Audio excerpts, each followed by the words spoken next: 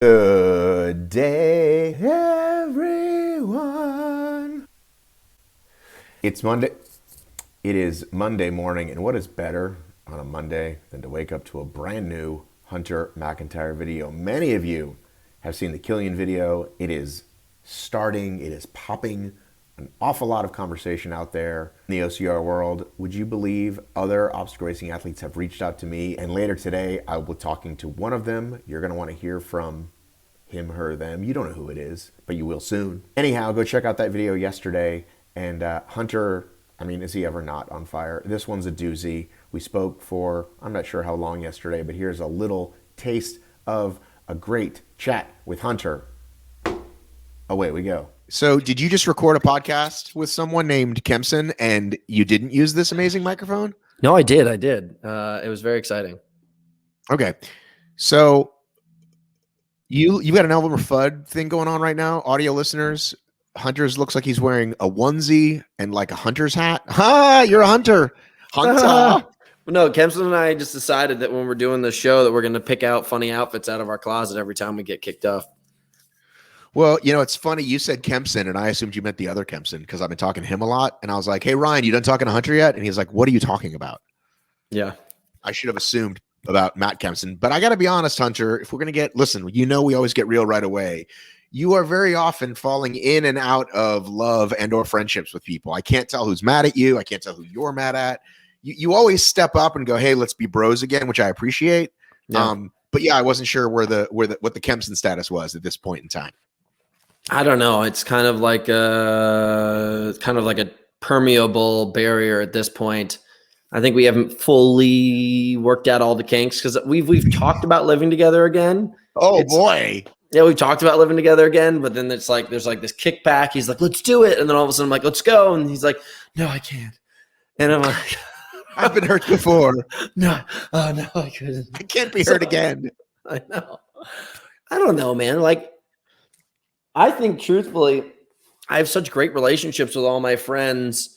I think COVID was the thing that really got between he and I, and there was just like some emotional things. And then also he had some friends on the sides getting in his ear, like his girlfriend and some other people being like, Hunter's not a good influence for you. Like, rah, rah, rah, rah. And like, if you hang out with Kempson and I, we have the greatest time ever. It's all laughs. But there's always going to be other characters at play. I don't think his brother likes me very much. I don't think Nell likes me very much. I don't think Dylan Malagula likes me very much. And those are very close people in his life, obviously. So that's like the Colorado Mafia. I know. It's hard for them to be around. OCR running mafia. I'm just this like beautiful lamb of God, and all of them are like bridge trolls of human beings. And they get very upset about my beautiful complexion and devilishly good looks and my magnetic energy. It's hard for them. So they see the kind of camaraderie and fun that Kempson and I have, and they get angry. They'll probably hear this and be like, fuck him. Well, that's the thing, Hunter, is that, people have this idea of you, and you've been around long enough that there are people that have seen the real you and not just the quote unquote sheriff or the hunter or whatever. And I believe I've become friends with you over the years. Like, we're probably closer, quote unquote, now than we've ever been. Right? I know, it's great. And now I have a great relationship with Fat Jackson. I'll get him over here in the mic in a minute. So I hear people talk about you, and I have to do that like either out loud or I just say to myself, like, well, they don't know him. And then you always think, well, that's what the woman says. That's what the beaten wife always says. Like, you don't know him. Like, I know him.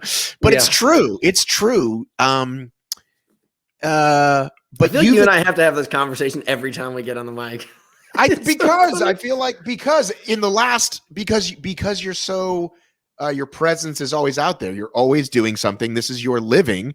So you're always in the public eye, or at least the OCR public eye. And it's, oh, look at Hunter and people throwing darts. And I just feel like, it's that great thing about the man in the arena, right? Like, everybody's fucking throwing darts. Like, whatever you post, whatever you do, this isn't good enough. This sucks. Why didn't you do it this way? And I get some of that myself. So I relate to you. But let's get right to this recent thing. Let's get right to the wrestling match. Yeah. And I just had a friend who called me, and I won't mention his name because he wouldn't care, but I'm just going to respect his thing just because I haven't asked him, even though I know he wouldn't care. He said, what I love about Hunter is that Hunter does these things and then he's totally willing to say, I got my ass kicked. He shows respect to the guy that he got his ass kicked by. Of course he talks a big game. Of course he says he's going to win. And then if he loses, he's like, hey, got my ass kicked. It's not that big of a deal. Yeah, that's the whole point of, I think, life. I think I learned more from losing than I have from winning. Winning fills your bank account and gives you friends in the moment. Losing makes your bank account a little bit more empty and also shows the friends that bring themselves around you and also the audience. And you watch how people react around you. And not just about friends and money, but also just it tells you about yourself. It's this mirror right here. It's like, whoa, whoa, whoa, whoa. And it gets really close when you lose something. And then you get to really look in there and be like, what are you made of? And I get up and I just roll off my back because I got pinned twice in this one. And I'm like, fuck yeah, I'll do that again. And I'm like, I want to see what it feels like to get punched in the face now. So I immediately wanted to up the ante of this Mortal Kombat agenda that I have. Mortal Kombat! Have you seen the advertisement for the new Mortal Kombat? No, that was my 1995 one, or was it 85? When did they scream Mortal Kombat into the sky? What year? That's like the early 90s one. Okay. But there's a new one coming out. Starring Vin Diesel? I wish, dude. No, it's like a whole, like, it's that obscure cast of like all the B-list actors. So okay. Well, did you get pinned or did you submit? Because I was kind of curious what happened at the end there. Pinned. Because you tapped him like that, and I was like, is he submitting? Like, I wasn't quite sure what happened. No, I think I was just probably just being like, congrats. It was very dominant. This front headlock, which everything that he did is so amazing. It's like, I don't know the best way of putting it, but it's like I was a 5-year-old trying to learn how to tie my shoes, and he was like a 25-year-old. He's been doing it for 20 years type thing. Like, it was like he was doing it with his eyes closed, one hand tied behind his back type thing. Like, he was so good at it, and it was such second nature to him. When he got me in that position, all he did was just flip me over and turn over, and I was in such a locked position. I was like, what? Even with all the strength in the world that I have, I couldn't do anything. He could have literally got the world's strongest man in the same position and held the guy tight. So your goal was to learn as much technique as you could in 2 weeks or 3 weeks, or? No, it was just the kind of thing where, truth be told, I called Joe because I'm working on a project. I was like, Joe, you have experience in this. Would you mind just helping me out a little bit? And he was like, yeah. And I was just like, I'm like, what are you up to? He's like, just got done with wrestling practice. I was like, dude, it would have been cool after the Spartan games if, your buddy Andy got in the ring and we could have really tussled it out to see who was the real toughest champion of the farm.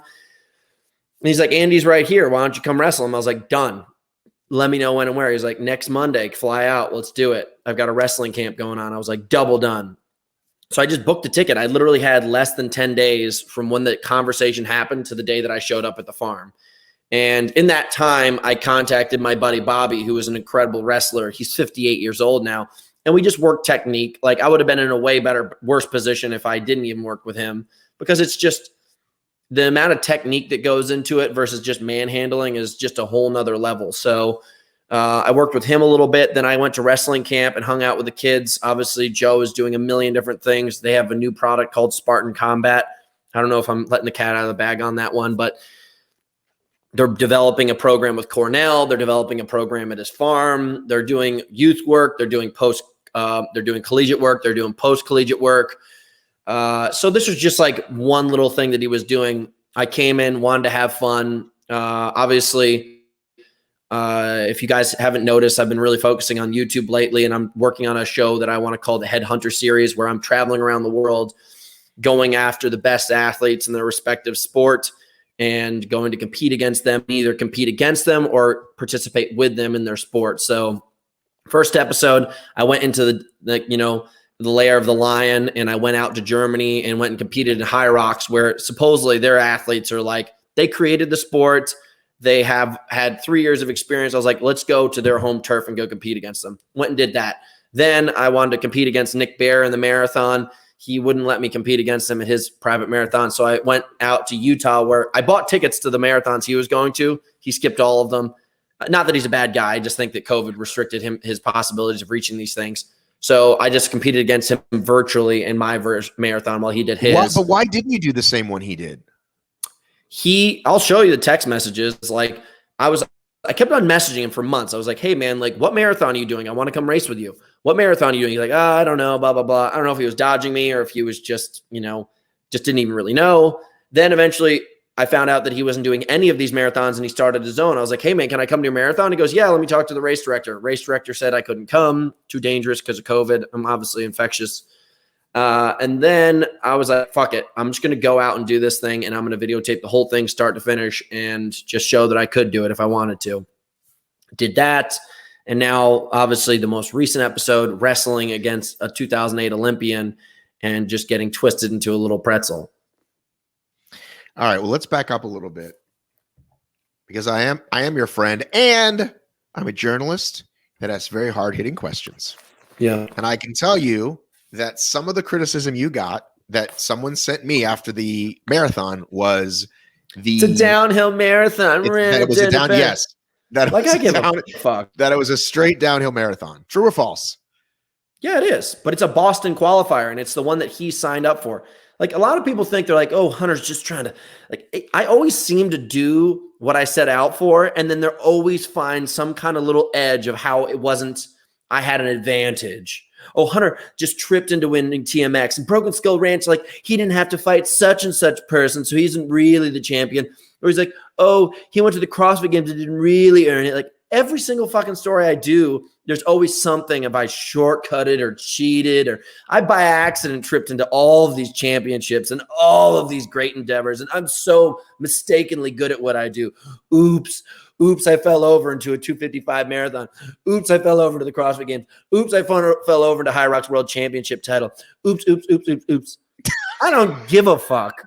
How about that? You fucking critical pieces of shit.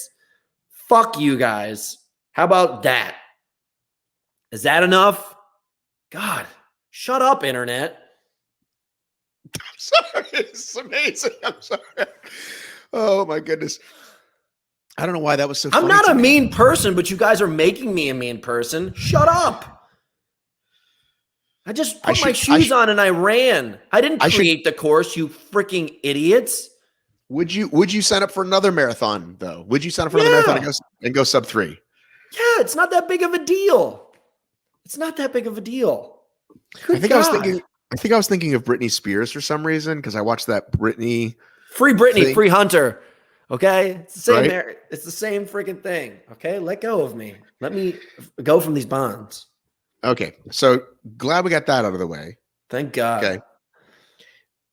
I tried to, I'll be honest now, again, as your friend, could still be critical. I'm a fan of the Headhunter series. I want to see Hunter travel the world and beat people. Yeah. But I thought they were too long. I was like, I can't, basically we're watching 3.5 hours of content for a 10-minute match. That's a lot, right? Dude, also the other thing, I'm not a producer. I'm putting this in the hands of Nick. I like Nick a lot. I think Nick's very talented, and I'm just going to let him do his thing. We may shorten it up. Dude, we've only done 3 of these things. We could be like, that's hey. That's my free feedback if you're curious. Shorten them up. I appreciate that. Yeah. Put it to you this way. I learned if I put an hour interview up, nobody watches. But if I put a 10-minute clip up, they'll watch it, right? Unless it's you. You might, maybe they'd watch more than half of it, but most people, it's like they don't. As soon as they see that it's 45 minutes, it could be the best fucking interview in the world. But as soon as they see that time at the bottom, they're like, "I'm out." I just know how people, you know what I mean. So that's my free feedback there. I'll give you guys feedback. Joe Rogan's doing podcasts that are 2 to 3 hours. Jesus, don't do that thing. Hey, listen, I'm just gonna let you guys know right now. #1 guy in the world, just going as long as he wants and doesn't care what people think. Okay, so A, you just named the extreme. B, you know the Joe Rogan content I consume? The 10-minute clips. I've never watched an entire Joe Rogan. I've never listened to an entire Joe Rogan. But I love, here's him talking to Mike Tyson for 6 minutes. Here's him talking to Courtney Dahlwalter for 4 minutes. Here's him talking to this fucking guy for 8 minutes. That's what I consume. Okay, Dan Carlin, he has Hardcore History. His podcasts are 5 to 6, 7 hours long. You're going to say that you're going to have the exception prove the rule? I'm just telling you, people. What do you want me to go to the bottom of the barrel and just pick the podcast? Here's 100 really shitty podcasts doing it for 20 minutes, and here's 100 really shitty podcasts going for 2 hours. Speaking of downhill marathons, all videos do this. If you look at the analytics, right? They all do that. but I would bet that your longer ones really tail off. That's all I'm guessing. And I want you to be successful. So there's my free feedback for you and Nick. You just looked at me like a dog who was shown a card trick, by the way, which means you never thought of it, and that's fine. But so this, we'll tell Nick to listen to this. Yeah. Listen, I'm just somebody who's antagonistic. If you say something, I'm going to be like, well, what about this? Right. That's like Josh. I have Josh for that. Josh just picks a fight to fucking pick a fight with me. Did you ever listen to that show? I know you do on your runs, me and Josh going at it. I haven't heard that. I usually just every once in a while tune into what, like, if you have like an interesting interview with somebody, I'm like, ooh, ah. Okay. I thought you listened more frequently. So what is next? Who's the next fight? There's no next fight. Well, okay. Not fight, next sport. Yeah. I'm going to go down to Invictus this weekend. CrossFit Invictus is one of the top programs in the world for CrossFit, and they're having their combine, which is basically how they kind of like filter out the groups. Like, they have a mass population of people that compete under them. They bring in athletes. They all compete together in this combine and test out their scores to see how they're going to form their teams and groups moving forward for the CrossFit season. So I'm friends with the group there. I'm going to go down. I'm going to go compete. I'm not really in CrossFit shape, but I'm in shape. So just go down, have some fun, duke it out with them. We're going to do a High Rocks workout while they're there, just to kind of introduce them to the platform that I'm competing in recently. That will be really fun. Like, you're going to see guys do stuff that is just like so above and beyond my levels of strength and capacity. And then there's some things that I might beat them. So tell people who that is, though. Some people won't know, like the athletes or the teams that have done well.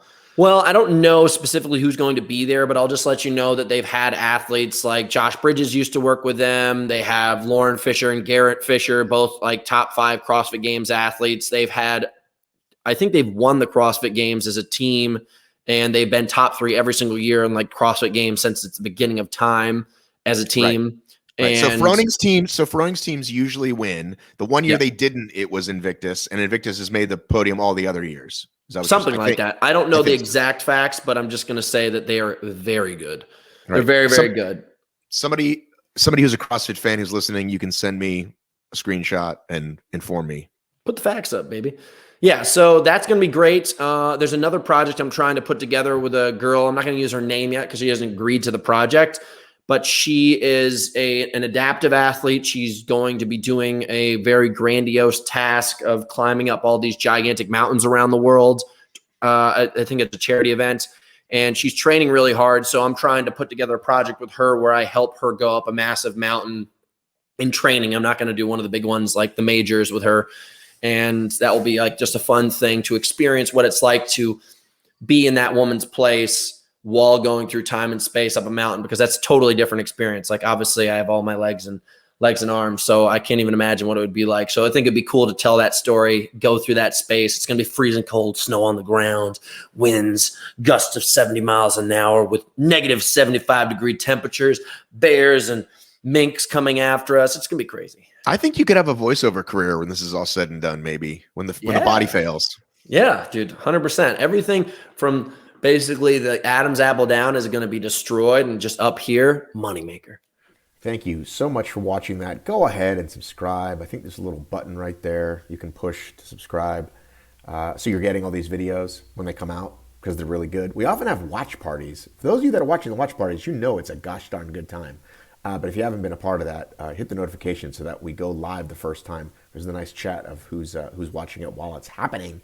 Jacksonville is coming up this weekend. As you know, if the phone service works, you'll get some live stuff. If the phone service does not work, you'll get it later that day. Anyway, thanks so much for watching. Be sure to subscribe. Love ya. Miss ya. Mean it. I gotta run.